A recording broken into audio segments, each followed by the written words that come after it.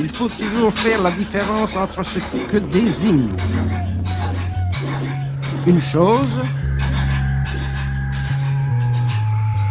et l'idée que l'on a de cette chose. L'art et la matière. Une émission de Jean Deloisy.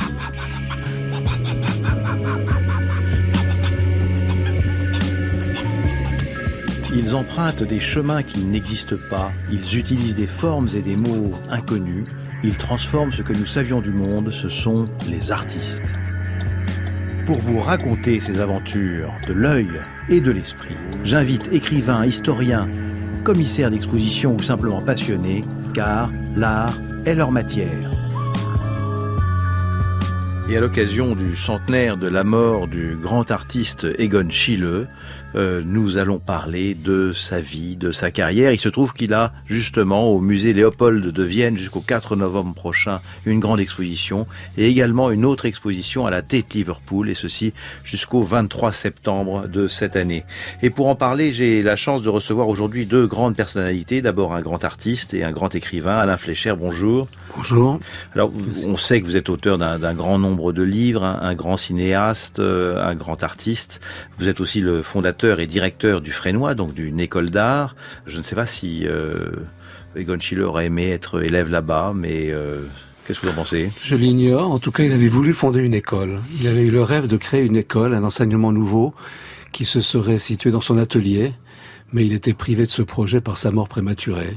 Donc il a pensé à la pédagogie quand même. Rendez-vous compte, amis auditeurs, que nous parlons d'un auteur immense qui est mort à 28 ans, Egon Schiele. Et nous en parlons également donc avec Philippe Dagen. Philippe Dagen, bonjour. Bonjour. Vous êtes romancier, essayiste, grand historien d'art, critique d'art au journal Le Monde. Vous avez publié beaucoup d'ouvrages et vous êtes un connaisseur un petit peu de cette période si complexe qui nous emmène évidemment dans l'Autriche de l'avant-guerre, juste avant 1918-1914, une Autriche qui est surtout un lieu de transformation et de maturation hallucinant en Europe. Qui est aussi la capitale du plus grand des empires, en dehors évidemment de l'empire russe à la même époque, et qui est un point de concentration inimaginable de talents dans les domaines les plus nombreux, la philosophie, la psychanalyse, la musique, le théâtre. On y invente effectivement. On y invente sans arrêt beaucoup de choses et sur lesquelles nous vivons ou avec lesquelles nous essayons de vivre encore aujourd'hui. Dans la période qui nous intéresse, c'est avec Paris et pour d'autres raisons, l'autre grand pôle de la création et de la pensée. Alors, ce qui est curieux, c'est que on va parler d'Egon Schiele, de cette carrière fulgurante, mais cette carrière aussi rendue difficile par la pruderie de la bourgeoisie viennoise de l'époque. On a l'impression que cette ville qui invente tout, la psychanalyse, vous l'avez rappelé, la nouvelle musique, eh bien, on a l'impression que cette ville, pourtant, ne se laisse pas faire par les audaces d'un jeune artiste. Qu'est-ce que c'est pas paradoxal d'avoir le lieu de la modernité et en même temps le lieu de la pruderie, justement ? En même temps, c'est une ville très hypocrite, parce que c'est une ville où la prostitution sévit, y compris la prostitution des enfants. Les quartiers pauvres sont un vivier d'ailleurs même pour Egon Schiele lui-même, de modèles prêts à poser dans les situations les plus lascives, les plus indécentes. C'est aussi une ville où il est entendu que les épouses légitimes ne sont pas là pour satisfaire la libido de leurs époux, et qu'il est donc totalement normal qu'ils aillent se satisfaire auprès des prostituées professionnelles qui sont là pour leur rendre ce service. Donc voilà, c'est une ville à la fois incroyablement inventive et incroyablement hypocrite. Alors c'est vrai qu'il y a cette pudibonderie, d'ailleurs plutôt en dehors de Vienne qu'à Vienne même. Schiele en a fait l'expérience, si vous voulez, quand il a été se réfugier dans des petites villes de province au bord du Danube, et que là, il a fait évoluer dans son atelier des jeunes adolescentes à peine pubères, ça a provoqué scandale. Il a même été en prison. Oui, la population était scandalisée. Oui. Oui. Voilà, mais c'est une ville en même temps très décadente, c'est une ville crépusculaire à cette époque. Apparaît donc dans cette Autriche, cette comète, n'est-ce pas, qui est Egon Schiele. Qu'est-ce qui vous a intéressé dans la peinture d'Egon Schiele ? Parlons peinture. Est-ce qu'il a amené quelque chose, Philippe Dagen, qui était inattendu ? D'abord, si on parle peinture, il faut tout de même rappeler que Schiele ne vient pas... Enfin, si c'est une comète, elle vient d'une voie lactée. Et je suis pas sûr qu'en astronomie, ce que je dis ait le moindre sens. Mais on peut se permettre en On peut se permettre en poésie poésie beaucoup de choses. Mais Schiele participe d'un mouvement qui s'est engagé en réalité une dizaine ou une vingtaine d'années auparavant et dont plusieurs autres protagonistes sont aussi, je pense, célèbres que lui. Gustav Klimt, qui était aussi son ami. Qui était très proche de lui. Et qui avait 40 ans de plus, 35 ans de plus. Et qui a quelquefois, dans les dessins, puisqu'on évoquait la question du nu et de la sexualité, qui est allée aussi dans des directions très aventureuses, on peut penser aussi plus proche en termes de génération à Kokoschka. C'est une ville qui, si on s'en tient même à ces trois noms-là, entoure, si l'on peut dire, Schiele d'une culture qui remonte à Bacart et bien au-delà et au symbolisme Mitteleuropa dont il se dégage, à partir de laquelle il s'envole. Et si vous me demandiez ce qu'il apporte, je dirais que c'est peut-être moins, dans un premier temps, dans la peinture que dans le dessin, qui me semble apporter une singularité et une aisance dont je ne vois guère de comparaison à la même époque. Si vous prononcez le nom de Schiele immédiatement, qu'est-ce que je vois ? Je vois un dessin plutôt qu'un tableau, qui va être un corps, pas nécessairement dénudé d'ailleurs, ou en tout cas pas entièrement dénudé, et qui est tenu dans une ligne, pas dans un trait, qui est tenu dans une ligne qui est continue, qui semble faite sans absolument aucune hésitation ni aucun repentir, et qui va ériger la figure sur le blanc du papier avec à la fois une qualité de synthèse de la forme et de justesse, y compris d'ailleurs éventuellement dans les éléments anatomiques ou dans les éléments de la physionomie, qui n'échouent pas.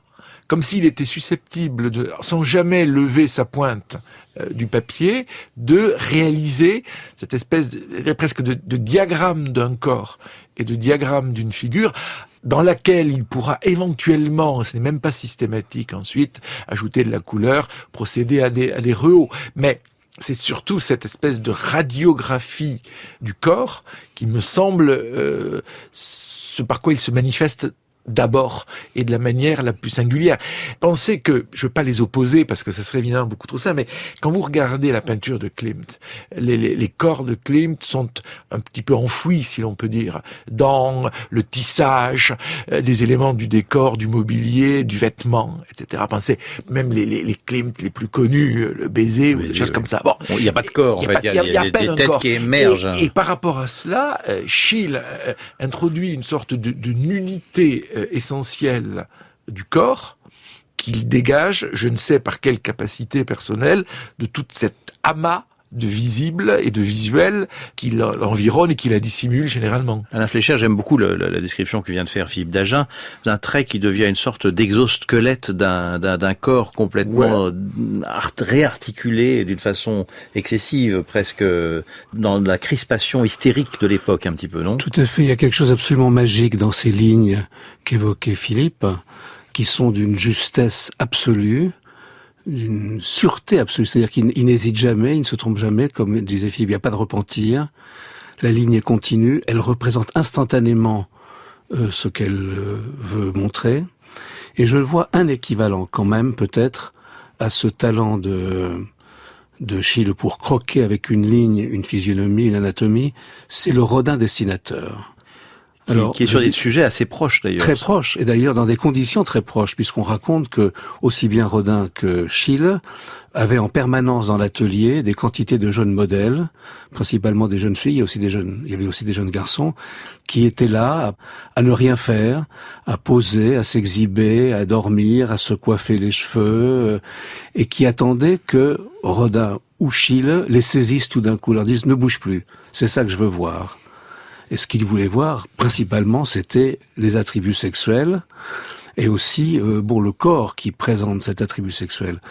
Donc c'est le seul grand artiste qui n'était pas un dessinateur, Rodin. Il ne s'est pas fait connaître pour ses dessins.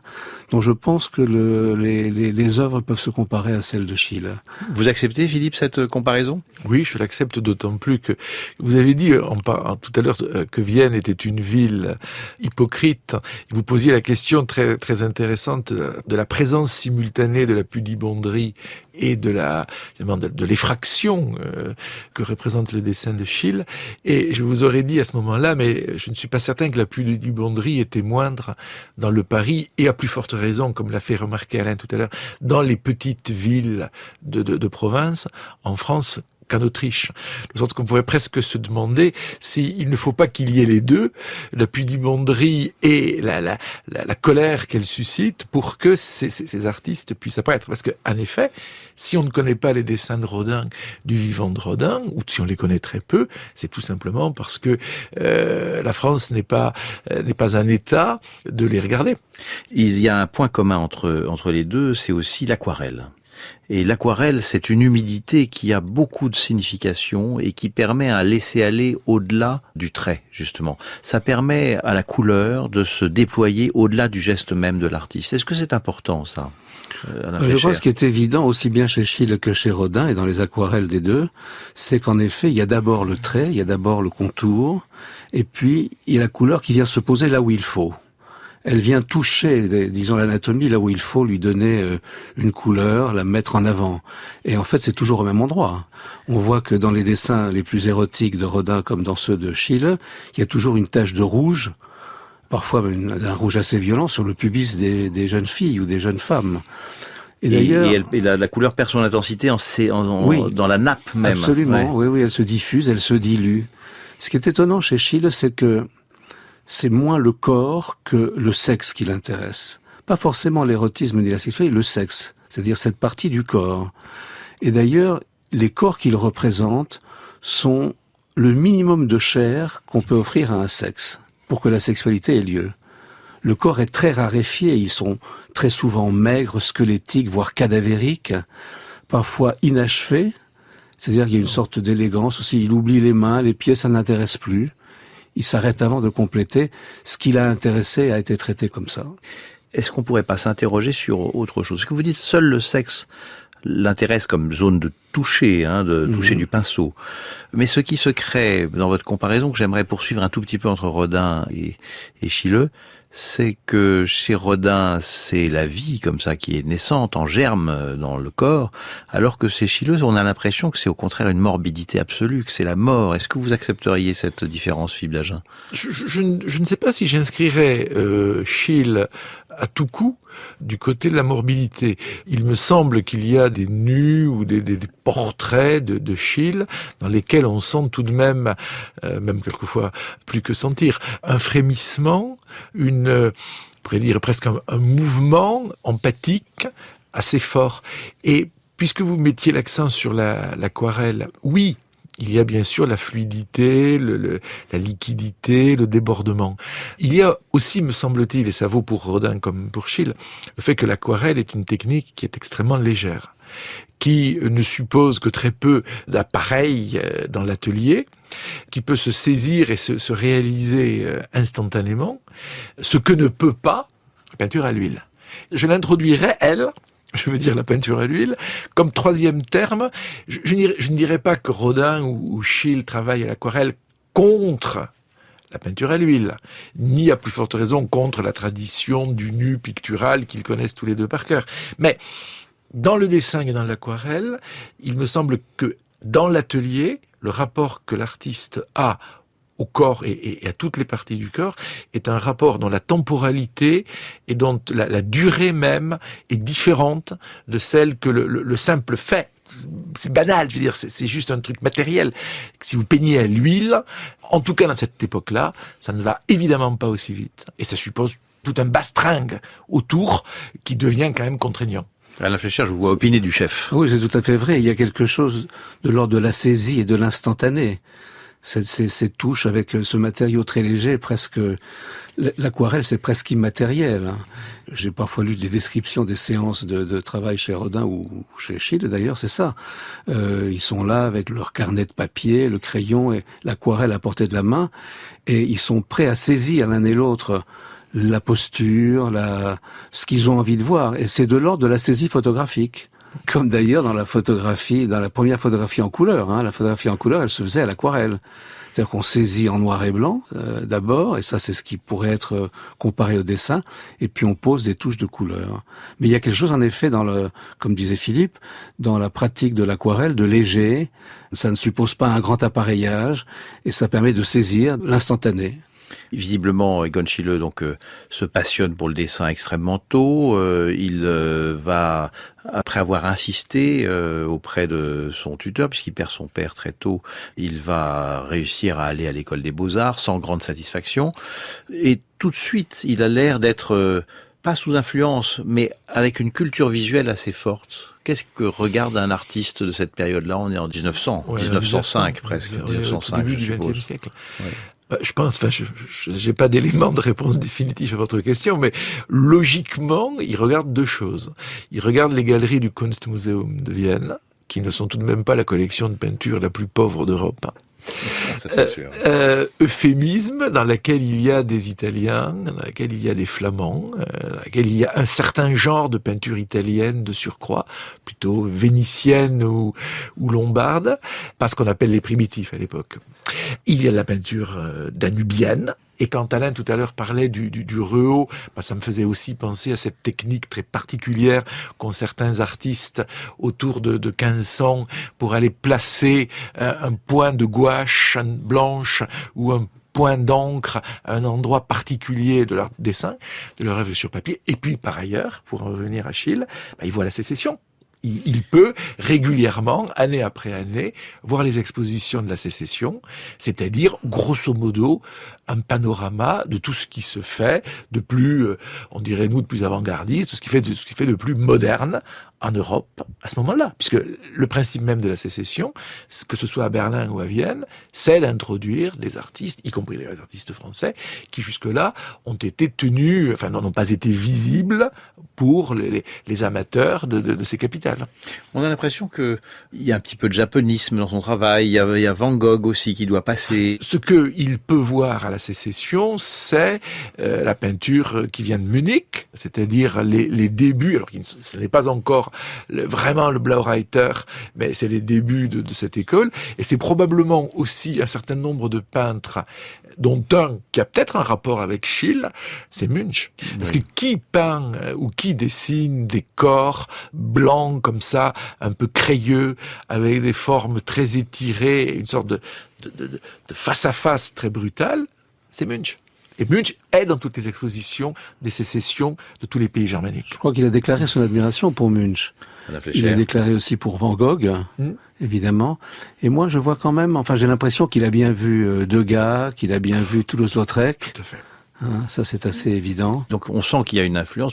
Par contre, je sens que il a tout de suite une écriture, un graphisme qui est extraordinairement autonome quand même. Je suis sûr qu'il regarde tout ce qui se fait, mais il arrive à désarticuler les personnages, à les transformer en calligrammes d'une certaine façon.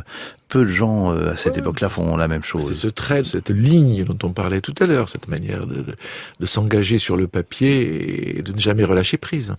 Regardons, puisque vous parliez de cela, Alain Fleischer, comment il regarde une jeune fille.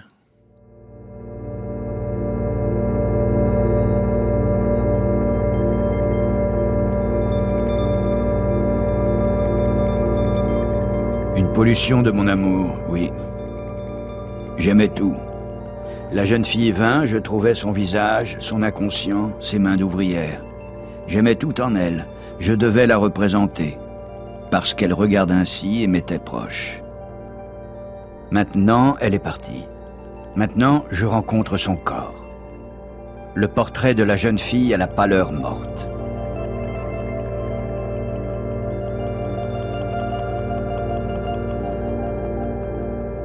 Egon Schiele, Une pollution de mon amour, 1911.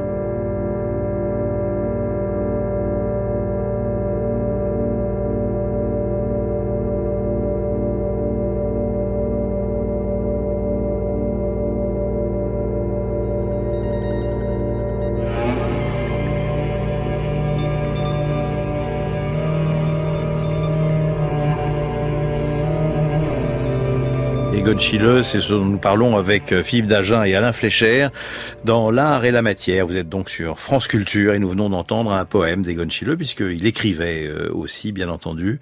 Et nous voyons ce portrait de la jeune fille à la pâleur morte, comment il va saisir les corps. Mais Alain Fleischer, il y a aussi dans son travail les portraits, la nature, les villes, parfois des bateaux. Tout à l'heure, Philippe Dagen parlait de Munch et j'avais l'impression de retrouver un tableau représentant des bateaux dans un port avec une sorte de clapotis circulaire qui se faisait en dessous, comme de cette façon si caractéristique qu'a Munch de peindre les lacis de l'eau quand elle bouge dans les flaques comme ça. C'est vrai, il a aussi peint des paysages, il a peint des villes. On peut considérer que Hundertwasser a bien vu c'est fou. Certains paysages de... La citation est tellement directe, souvent, chez Hundertwasser. Oui. Très directe. Par contre, je pense que vraiment, ce qui l'a intéressé principalement, c'est quand même le corps. Et quand vous demandiez tout à l'heure qu'est-ce qu'il a vu, j'avais envie de répondre, ce qu'il a d'abord vu, c'est lui-même. C'est-à-dire que ce qu'il a d'abord représenté, c'est lui-même. C'est des autoportraits. D'ailleurs, son premier dessin est un autoportrait quand il a, 16 ans.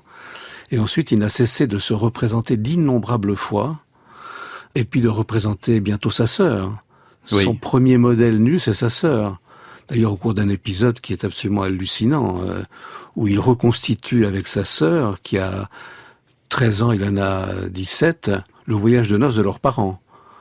C'est quand même un épisode invraisemblable où ils vont à Trieste, ils reconstituent ce voyage de noces où on sait que la jeune mariée avait été épouvantée de découvrir la sexualité, qu'elle avait pris la fuite et qu'elle avait été dormir ailleurs.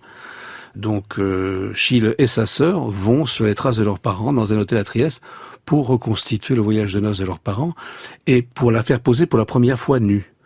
Donc c'est dans cet hôtel de Trieste qu'il la contraint, ou qu'il l'amène en tout cas à poser pour lui nue, et on ne sait pas ce qu'ils ont fait d'autre. Moi j'ai mon idée. Voilà, en tout cas ce qu'il regarde d'abord, c'est lui. C'est frappant la quantité d'autoportraits, tous d'ailleurs plus saisissants les uns que les autres, avec des choses assez étranges, comme un étrange écartement des doigts de la main. Je trouve aussi que les mains sont toujours extraordinaires. Elles sont extrêmement présentes. Elles sont parfois noueuses, un peu à la Grunewald, un petit peu. Oui, c'est ça. Exagérées, très... démesurées par rapport au poignet. Oui, c'est ça. Mais c'est aussi des mains de la masturbation qui revient tout le temps. Oui, très souvent. La masturbation est un thème très important, aussi bien chez les filles que chez lui-même. Et il y a cette exagération des proportions des mains qu'on retrouve beaucoup plus tard chez Klossowski aussi. Klossowski exagère toujours la taille des mains par rapport au reste du corps. C'est une sorte peut-être de maniérisme, mais enfin ça... Un peu un maniérisme, parce qu'il y a dans les postures qu'il se donne, au fond, quelque chose qu'on retrouvera plus tard dans l'actionnisme viennois, c'est-à-dire une installation de soi extraordinairement dansée, on peut dire. Ah oui, c'est très chorégraphié. Voilà. Le corps est contorsionné, chorégraphié. Il y a ce fameux point de vue en surplomb qu'il pratique beaucoup. Qu'il utilise pas dans tous ses paysages, par exemple, il y a la vue en surplomb, et dans les corps aussi. Il met les corps.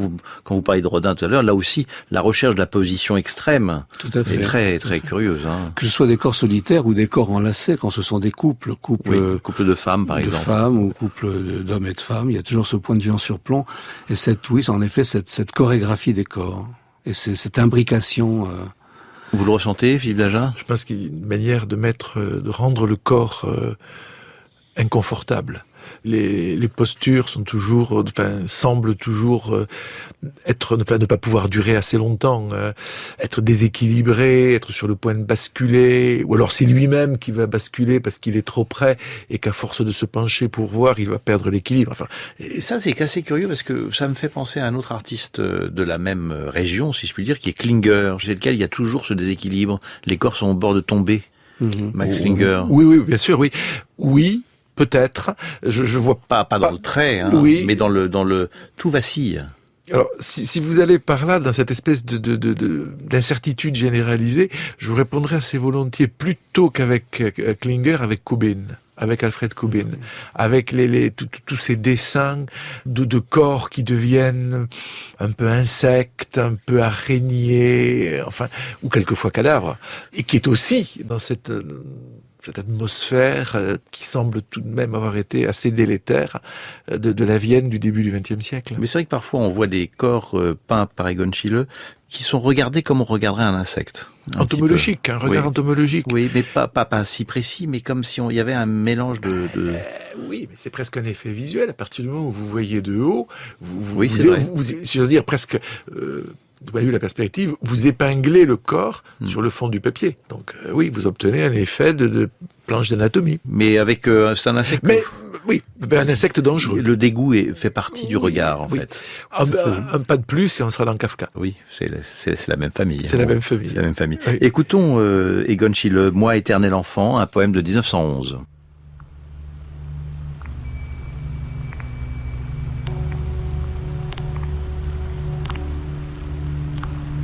Moi, éternel enfant, je suivais sans cesse le pas des gens en route, et je ne voulais pas être en eux. Je disais, parlais, et je ne parlais pas, j'écoutais, voulais les entendre fort et plus fort encore, et sonder les âmes. Moi, éternel enfant, j'offrais des sacrifices à d'autres, à ceux qui me faisaient pitié, ceux qui étaient très loin ou qui ne me voyaient pas, moi, le voyant. J'apportais des offrandes.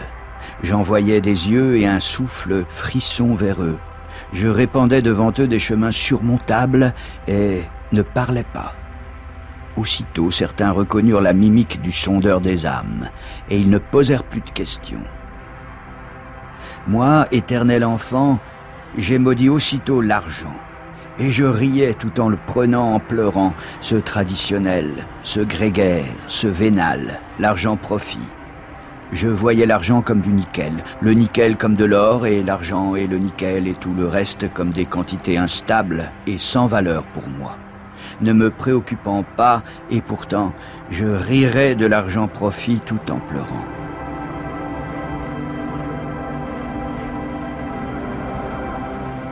Egon Schiele, Moi, éternel enfant, 1911.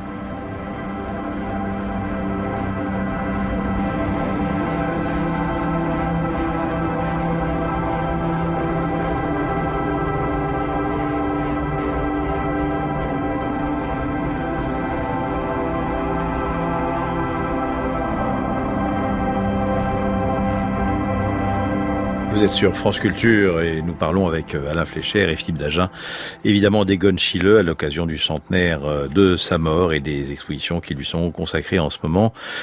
Et c'est Egon Schiele qui sonde les âmes et qui, peut-être, comme vous le rappeliez, Alain Fléchère tout à l'heure, par un jeu difficile, va mimer peut-être une nuit de noces de ses parents, va aller au plus loin de ce que peut faire un enfant en jouant, c'est-à-dire de la transgression permanente, finalement. Oui, alors, c'est un enfant, mais c'était surtout un enfant terrible. Hein. Il y a du Rimbaud aussi, peut-être, chez Egon Schiele. Consciemment, peut-être, non? Et on a l'impression quand on le voit en autoportrait, monter ses cheveux comme ça, on a l'impression qu'il le sait. Il le sait, il le cultive. Oui. On le voit aussi dans les photos qui sont faites de lui, mais quand il se représente, c'est très évident. C'est un enfant terrible. Quand il parle de l'argent, c'est très intéressant parce qu'en fait, il a toujours été pauvre, à ce point qu'il ne pouvait s'offrir comme premier modèle que des enfants des rues qui posaient pour rien, qui se prostituaient pour très peu d'argent, et qu'il n'a pu accéder à des vrais modèles que plus tard, quand il a pu payer plus cher. Oui, c'est un enfant et on le voit. Alors je reviens sur ses relations avec sa sœur, avec ses sœurs, puisqu'il a adoré sa sœur cadette, Gertie, et il a aussi fait travailler, mais d'une façon perfide, sa sœur aînée. Mais donc c'est un enfant dans une famille où les enfants ont une histoire assez tragique, puisque la mère a fait plusieurs fausses couches. Le premier enfant, une petite fille, est morte à l'âge de 10 ans. Puis arrive une seconde, et puis Egon, et la petite dernière, Gertie. Donc c'est une famille où... Et le père meurt quand il a 5 ans. Donc, le père meurt très tôt, de la syphilis, et il est devenu dément d'ailleurs. Ouais. Il est enfant aussi dans ses jeux. Son père était chef de gare, et il s'est passionné tout de suite pour les trains. Alors il jouait au train, en fait, il dessinait des trains, les lignes dont parlait tout à l'heure Philippe, c'est aussi des lignes de chemin de fer. Il lui arrivait d'ailleurs de monter dans un train simplement pour le plaisir, d'aller jusqu'au bout de l'itinéraire sans savoir où il allait, puis de revenir. et puis se représenter lui-même en locomotive. Il jouait au train. Donc c'est un enfant terrible et qui n'a jamais quitté l'enfance. En fait, quand il meurt, il est encore un enfant. Il est encore un enfant alors qu'en fait, il meurt quand sa femme est enceinte et qui elle-même meurt 3 jours avant lui, condamnant leur projet de faire naître un nouvel enfant. Et ce dont vous venez de parler, c'est-à-dire la fin de l'artiste, donc en 1918, 3 jours après la mort de sa femme, il meurt de la grippe espagnole, comme Apollinaire, la même année. Oui. Ça vous a inspiré un livre, puisque vous avez travaillé sur le dernier tableau, et qui est très étrange, le dernier tableau d'Egon Schiele, puisqu'il représente une famille qui n'existe pas. Oui, c'était une commande, pour tout vous dire, puisque c'est une collection qui demandait à des auteurs de travailler sur le dernier tableau d'un peintre. Donc j'avais fait Gauguin et puis j'ai proposé Egon Schiele. C'est un tableau, qu'on suppose être le dernier tableau. À vrai dire, c'est une supposition. Ce qui est certain, c'est qu'il est inachevé, qu'il y travaillait quelques jours avant sa mort et que la représentation est étrange puisque ce tableau a eu 2 titres. Il présente un couple, lui-même étant présent en autoportrait, un couple comme après l'amour. En fait, ils sont assis, nus, sur un lit défait. Lui est dans une position assez sereine, presque athlétique, comme un athlète au repos, plutôt confiant, plutôt content de lui, et la femme plus abattue. Et d'abord, ce tableau s'est appelé Couple accroupi. Et puis, tardivement, je pense quand Egon a appris que sa femme était enceinte, il a fait apparaître entre les cuisses de la femme représentée un bébé. Un bébé qui n'est juste qu'une tête, il n'y a pas de corps, on ne sait pas si c'est une fille ou un garçon, il n'y a pas de bras, il n'y a pas de membres. Et à partir de ce moment-là, alors je ne sais pas si c'est lui-même ou les historiens de l'art qui ont eu à donner un titre définitif à ce tableau, l'ont appelé la famille. En tout cas, cette famille est étrange puisque il rajoute ce bébé et ce n'est pas sa femme qui a posé.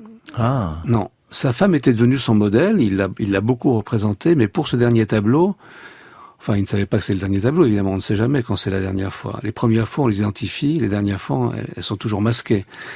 Donc, il fait appel probablement à une de ses modèles anciennes, Wally probablement, Valérie Neuzil, qui d'ailleurs avait été Avec laquelle il y a une longue histoire. Il y a une longue histoire, il l'a beaucoup représentée, c'était une très belle femme. Elle était très meurtrie qu'Egon se marie finalement. Et il y a une lettre extraordinaire d'Egon Schiele à Wally où il lui dit au moment de son mariage que comme sorte de consolation, il lui promet que chaque année, ils feront un voyage ensemble de plusieurs semaines. Ce qui est quand même une promesse assez étrange pour quelqu'un qui se marie. En tout cas, il représente d'abord ce couple dont le modèle n'est pas sa femme, et ensuite, il fait apparaître ce petit bébé entre les cuisses de la femme. Voilà, donc c'est un tableau de la première et de la dernière fois. Écoutons la façon dont vous le décrivez dans le livre, le dernier tableau de Schiele que vous avez écrit en 2008.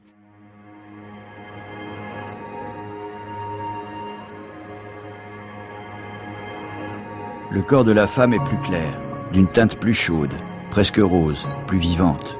Son incarnail, celui d'une chair porteuse d'avenir, de descendance. Et pourtant, l'expression de son visage est résignée. La confiance et la joie en sont absentes, sans que cela aille pourtant jusqu'au découragement, ni jusqu'au désespoir. Alors qu'elle exhibait son sexe dans le premier état du tableau, on aimerait que la radiographie révèle cela, ce retour en arrière vers un corps avant le repentir qui va le couvrir. Elle cachait le sexe de l'homme, toujours présumé coupable, mais toujours encore innocent. Dans le basculement dramatique du premier état de la peinture et des personnages au second, et malgré l'inachèvement, un troisième personnage est venu occulter le sexe de la femme comme lieu de sa faute, qu'il transforme en scène du devoir accompli. Un visage d'enfant est apparu, dont le corps n'est pas visible, il est là, à la place même où le nouveau-né a vu le jour.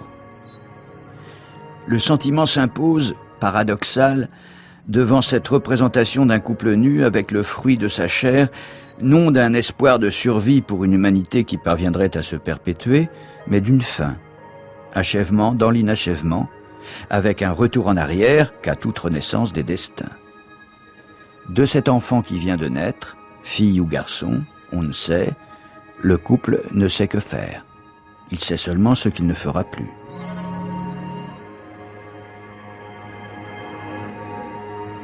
Alain Fleischer, le dernier tableau de Schiele, 2008.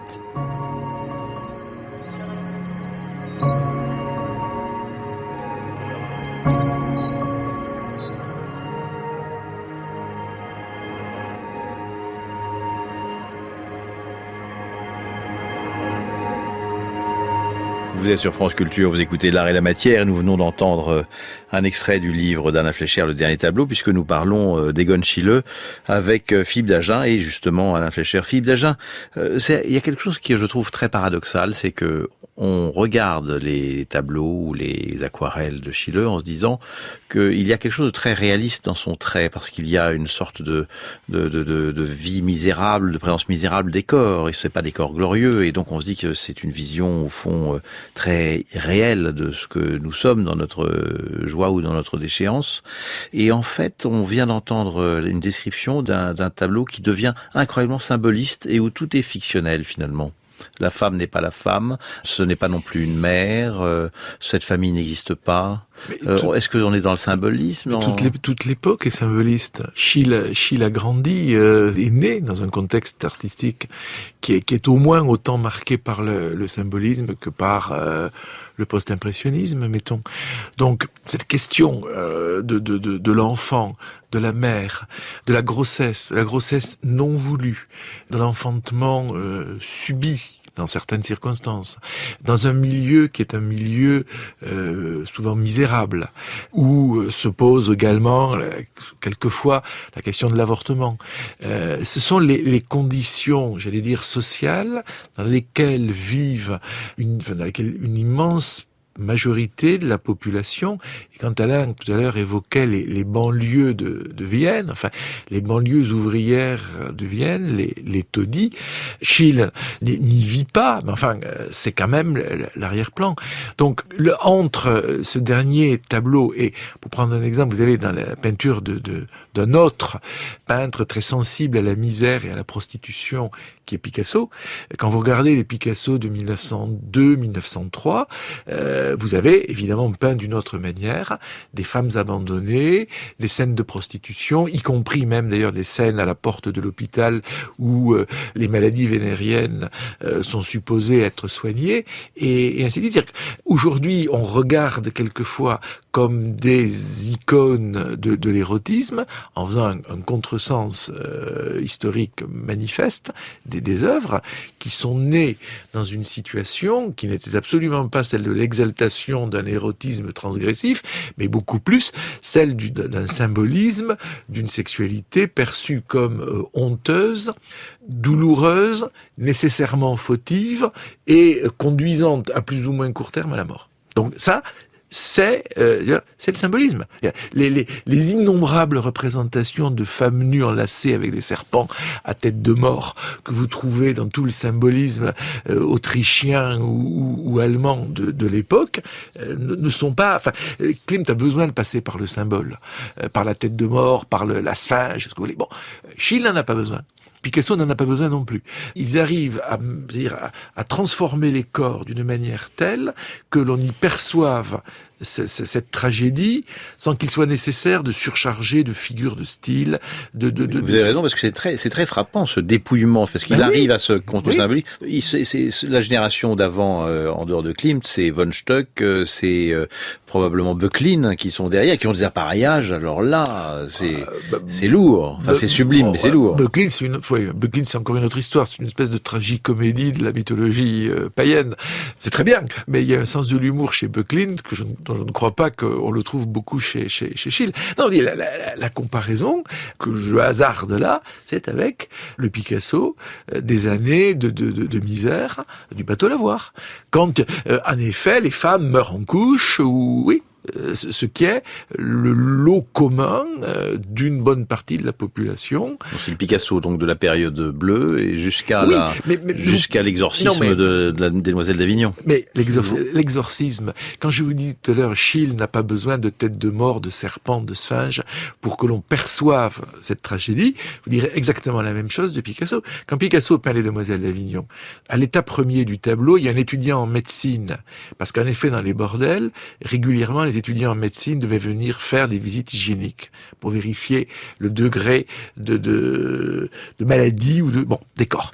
Et pour nos auditeurs qui ne le savent pas, donc les Demoiselles d'Avignon, c'est une scène de bordel. C'est une scène de bordel dans laquelle initialement un étudiant en médecine venu comme tel entre, et pour que le symbolisme soit aussi flagrant que possible, Picasso pensait le faire entrer avec un plat, sur le plat posé une tête de mort. Puis il s'est rendu compte, évidemment, de la surcharge symbolique, littérale, pesante de ces signes, et petit à petit, ce sens, c'est, si j'ose dire, a pénétré les corps, et c'est devenu les corps des demoiselles. Et Schiele n'a pas besoin de tête de mort pour dire ce qu'il a à dire, parce que ça pénètre les corps qu'il dessine. C'est le même processus avec des moyens plastiques qui sont évidemment différents. Fleischer, vous adhérez à Oui, cette... tout à fait. Il y a beaucoup d'œuvres de Schiele qui sont intitulées « La mer et la mort », où il n'y a pas de représentation symbolique de la mort, mais simplement, en effet, des visages tuméfiés, des corps décharnés. La mort est très présente. Elle est très présente aussi dans ses doubles portraits.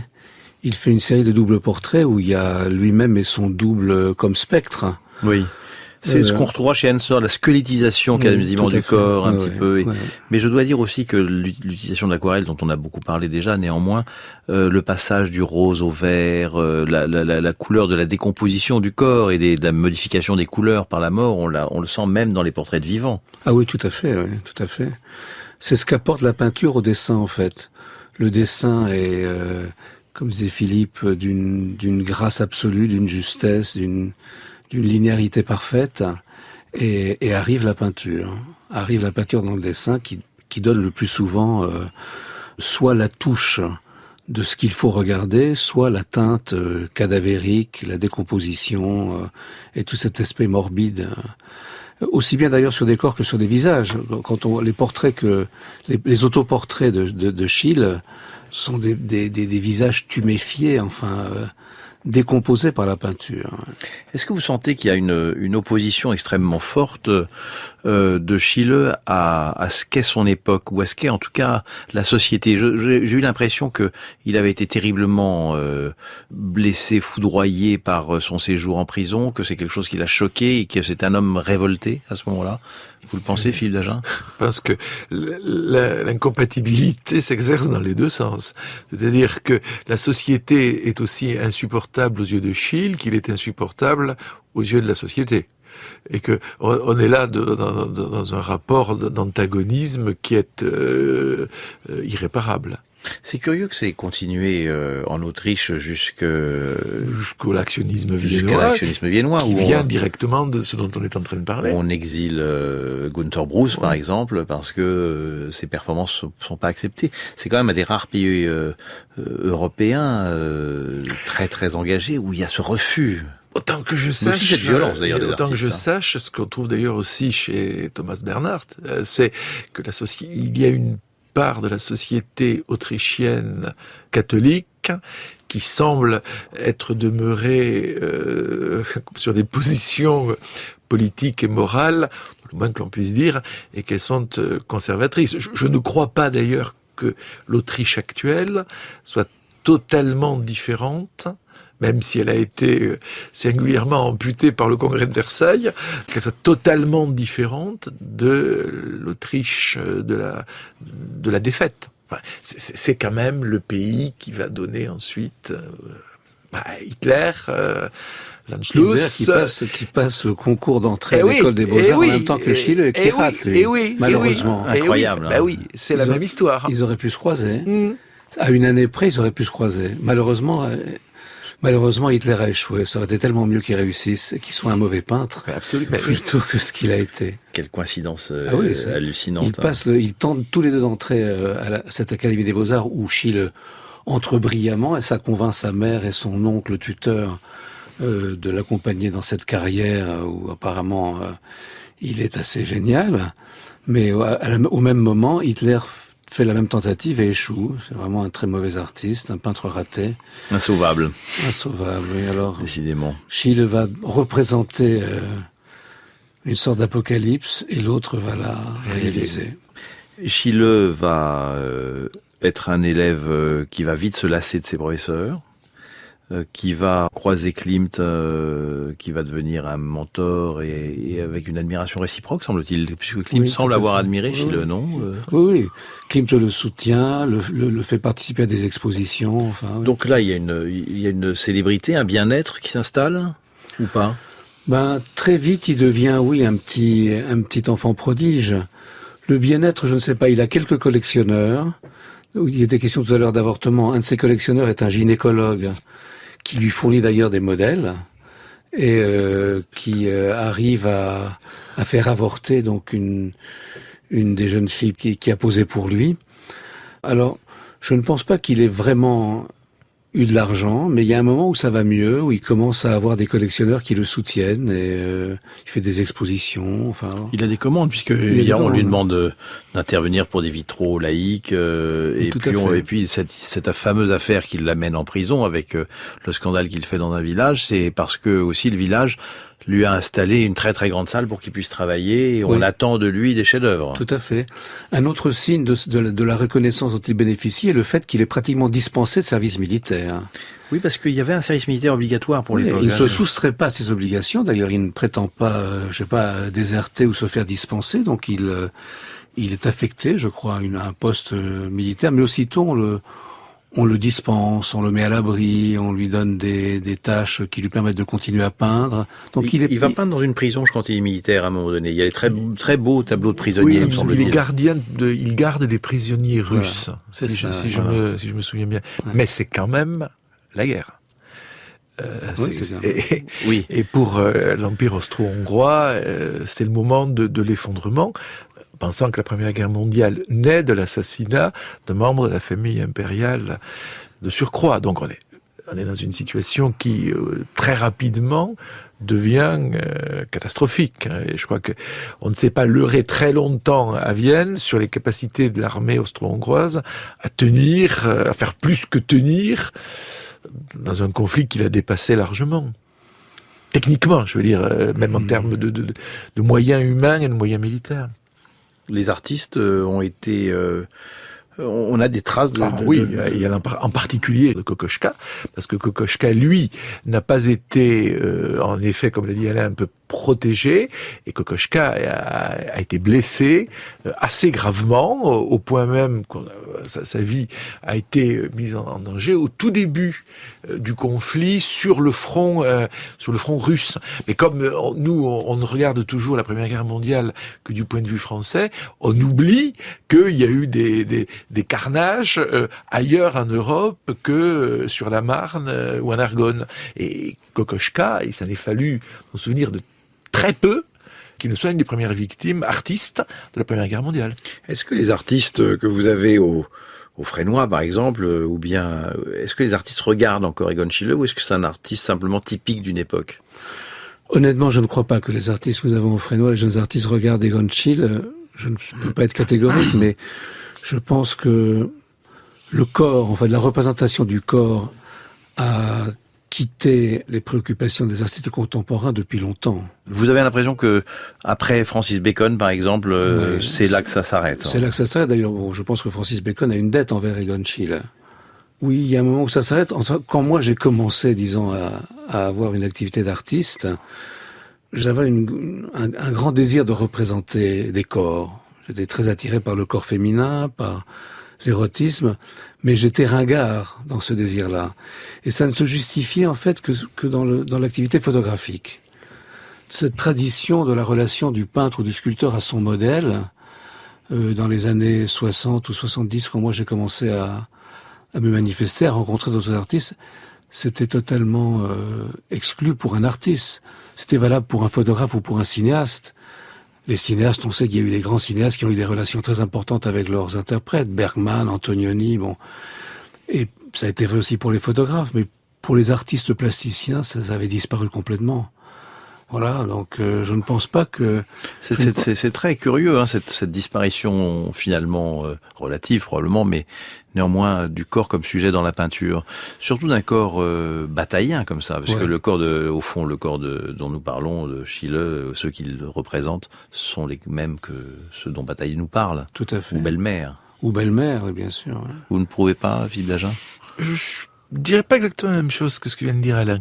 Je pense que sans doute ce qu'il dit est tout à fait vrai pour la situation française dans les années 60 ou 70. Ça aurait été plus difficile à soutenir face aux œuvres de Baselitz, par exemple, qui ne cesse de remettre en cause la représentation du corps et précisément d'un corps tuméfié, violenté, etc., qui est d'ailleurs le corps de la guerre dans les années 60 et 70.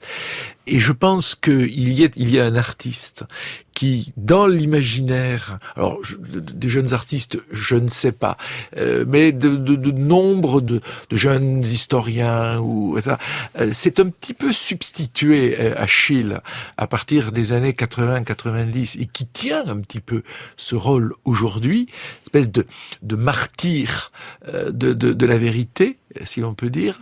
C'est Jean-Michel Basquiat, mort jeune, peintre et dessinateur du corps, ayant lui-même traversé des phases existentielles extrêmement violentes.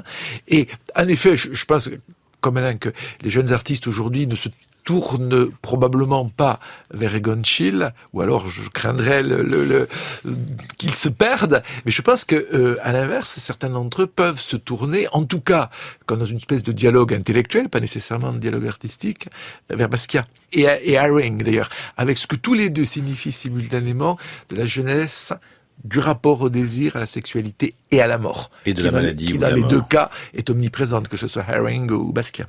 Est-ce que je peux vous faire une autre proposition, Alain Fleischer, les corps face à la maladie aussi, puisque c'est un point commun effectivement avec Keith Haring et d'une autre façon avec Basquiat, la transgression en tout cas. Nan Goldin, peut-être, dans la photographie? Oui, mais disons que chez Nan Goldin, c'est un corps social en situation, de relation avec un monde, avec une société. Ce n'est pas le corps lui-même, c'est pas un corps violenté. Non, c'est pas un corps. Non, ce sont des personnages. Ce ne sont pas des corps. Enfin, j'ai pas le souvenir de corps. On voit des personnages, d'ailleurs en général habillés. Des nus, on en trouve chez Mapplethorpe, par exemple. Alors, c'est pas de la même nature. Hein, c'est pas de la même nature du tout. Sinon, ce sont des statues. Oui, ce sont des statues, absolument. Sinon, moi, je vois, ça va peut-être vous sembler absurde, mais je vois un rapprochement de Schiele avec Molinier, par exemple. Ah oui. Oui. Il y a quelque chose. Et j'en rajouterai un autre qui est aussi bien du côté du dessin que de la photographie, une relation entre Schiele et Dufour. Ah oui, oui, tout à fait. Y compris même dans la volonté d'être au plus près du désir, de faire poser des couples. Et ensuite, dans la chambre noire, de retravailler la photographie. Ou le cliché vert, il y a quelque chose, une sorte de côté incisif de Schiele que l'on peut retrouver chez Dufour. C'est vrai, mais j'étais sensible aussi à la remarque sur Molinier, parce que non seulement il y a l'aspect auto-érotisme qui est présent chez l'un comme chez l'autre continuellement, mais aussi parce que ça nous conduit effectivement vers l'art autrichien, vers l'actionnisme. L'actionnisme est vraiment l'enfant de Egon Schiele, non? J'ai la sensation. L'enfant, la continuité, la survivance, on peut dire comme on veut, oui, bien sûr. Alors, peut-être pour nos auditeurs, un mot sur l'actionnisme, nous rappeler de qui il s'agit? L'actionnisme, c'est un groupe de jeunes gens qui apparaissent autour de 1960, 1961, Otto Mühl en particulier, Günter Bruss, Hermann Nietzsche, et qui se distinguent, c'est le moins qu'on puisse dire, par alors on n'emploie pas à l'époque le mot performance, par des actions d'ailleurs en allemand, qui mettent en cause le corps, le leur et d'autres, de protagonistes des deux sexes qui y participent, beaucoup d'aliments, beaucoup de sang qui vont d'excréments, qui vont acquérir auprès des abattoirs, d'excréments, etc., dans des espèces de... J'ai oublié de citer Schwarzkogler, qui est un type très intéressant, de mort très jeune, et cela tourne évidemment beaucoup autour là encore, du corps désirant et du corps martyrisé. Dans une perspective très chrétienne, aussi, d'ailleurs. Prison, donc Otto Mühl en prison pour avoir fait une communauté, elle aussi avec ses transgressions, Günter Bruss exilé, Hermann Nietzsche est toujours resté alors que ses expressions étaient quand même très très violentes quand il Oui, enfin, je pense que Günter Bruss réalise, si l'on peut dire, l'apocalypse du mouvement, sa fameuse intervention à l'université de Vienne, quand il se met nu sur le bureau du prof qu'il a invité et qu'il chante l'hymne autrichien tout en se masturbant devant les étudiants. Et c'est à ce moment-là que la police intervient. C'est très Schiele, ça, pour le coup. Oui, non, c'est vrai. Mais moi, au fond, dans un des poèmes de Schiele qu'on a entendu tout à l'heure, il dit le sondeur des âmes. Hein. Il va quand même au plus loin de ce qu'est l'humain, dans ce qu'est être humain, dans toute la transgression et l'extrême possible. Et l'actionnisme aussi. L'actionnisme aussi. Et peut-être que c'est, comme le va peut-être d'une autre façon Bruce Nauman, Bellmer et d'autres, c'est ça être artiste peut-être. Tout à fait. Il y a la sexualité et la spiritualité chez Egon Schiele. Les deux sont inséparables. Vous la ressentez, la spiritualité, dans son travail? Ah oui, très fortement. C'est une spiritualité religieuse ou pas? Non, je ne dirais pas religieuse, mais il y a une sorte de surplomb sur l'humain qui est le pendant de l'immersion dans l'humain par le sexe. Vous avez raison, c'est ce surplomb sur l'humain, je trouve que c'est une très belle expression. Il considère de haut ce qu'est le cadavre et la chair, la pulpe de l'humain, quoi. Bah, il est moraliste comme Sade. Vous avez accepté cette expression, moraliste comme Sade? Moraliste comme Sade, moi je suis un grand admirateur de Sade. Vous avez écrit sur la question. Oui. Je pense que Sade est un moraliste à sa façon, en effet, mais il est surtout l'esprit le plus libre qu'ait donné la Révolution française, en fait. Il a été bien plus loin dans la transgression, que Rousseau, Diderot et tous les inventeurs de la Révolution. Il y a de la morale. C'est surtout une victime quand même. C'est pas. Moraliste, c'est pas moralisateur. Hein. Non, bien sûr. C'est vraiment je pense que à certains égards, les 120 journées, ça prend même la forme d'une espèce de traité des passions. Tout à fait. Moi, je ne suis pas pour que nous poursuivions sur Egon Schiele et Sade. Ça me paraît un petit peu audacieux.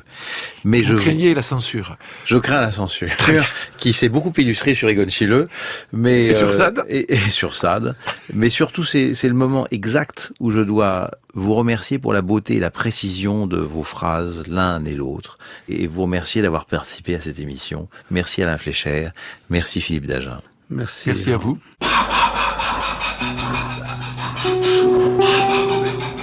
Il faut toujours faire la différence entre ce que désigne une chose et l'idée que l'on a de cette chose.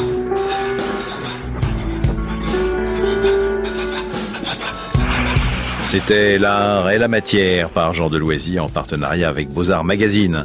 Aujourd'hui, j'ai reçu Alain Fleischer et Philippe Dagen, merci à tous les deux, pour nous parler d'Egon Schiele, à l'occasion de l'exposition qui célèbre le centenaire de sa mort au Leopold Museum de Vienne jusqu'au 4 novembre prochain, et il y en a une autre à Liverpool.